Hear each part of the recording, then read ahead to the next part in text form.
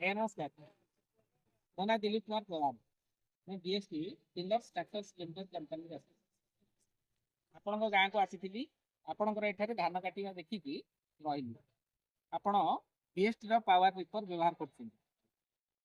ଆପଣଙ୍କର ପରିଚୟ ଟିକେ ମୋତେ ଦେବେ। ଆପଣଙ୍କ ନାଁ କ'ଣ? ରାମହରି ପାତ୍ର। ବ୍ଲକ ଜିଲ୍ଲା ଗଞ୍ଜାମ। ଆପଣ ଏଇ ଯୋଉ ଭିଏସ୍ଟି ର ପାୱାର ରିପର ବ୍ୟବହାର କରୁଛନ୍ତି, ଏଇଟା କେତେ ବର୍ଷ ହେଲା କିଣିକି ଆଣିଲେ? 2 ବର୍ଷ। 2 ବର୍ଷ ହେଲା। ଏସବୁ ଠିକ ଠାକ ଚାଲିଛି ତ? ଯଦି ଆର ଅସୁବିଧା କିଛି ରହୁଛି, କମ୍ପାନୀ ପିଲା ହଉ କି ଡିଲର ପିଲା ହଉ ଆସି କାମ କରୁଛନ୍ତି ଠିକ ସେ? ଠିକ ସେ କାମ କରୁଛନ୍ତି। ଆପଣ ଏଇ ଗାଡି ଚଲେଇକି କଣ ସବୁ ଲାଭବାନ ହଉଛନ୍ତି? ଆମେ ତ ଚାଷ ଲୋକ, ଏଇ ଧାନ କାଟିକି ଧାନ କାଟୁଛନ୍ତି।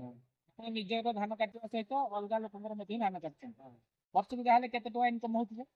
ବର୍ଷକୁ 20,000 25,000। କାମ ଧରି ଆମେ କାମ ଥାଉଛି ଆଉ ଚଲେଇ ପାରୁନୁ। ଆଚ୍ଛା, 20-25,000 ରୋଜଗାର କରିପାରୁଛନ୍ତି। ଆପଣଙ୍କ ଗାଁରେ ଯଦି ଭିଏସ୍ଟି କମ୍ପାନୀ ର ଅଲଗା ରଖିଛନ୍ତି ମଧ୍ୟ ଗାଡି, ସେମାନଙ୍କର କଣ ମତାମତ? ନାଇଁ ଗାଡି ଠିକ ଅଛି ନା ନାଇଁ?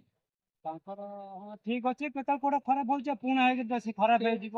କାମ ଠିକରେ ହିଁ କରିବ। ଯଦି ଆପଣଙ୍କ ଗାଁରେ ଏଇ ପାୱାର ରିପର ଆଣିବା ପାଇଁ କିଏ ଚାହିଁବେ କି ପାୱାର ଟିଲର ଆଣିବା ପାଇଁ ଚାହିଁବେ, ଆପଣ କୋଉ କମ୍ପାନୀରେ ଆଣିବା ପାଇଁ ଚାହିଁବେ? ବେଷ୍ଟ। କଣ ପାଇଁ? ବେଷ୍ଟ ଭଲ। ବେଷ୍ଟ ଭଲ, ସବୁଠାରୁ ଭଲ। ଆଜ୍ଞା, ଧନ୍ୟବାଦ।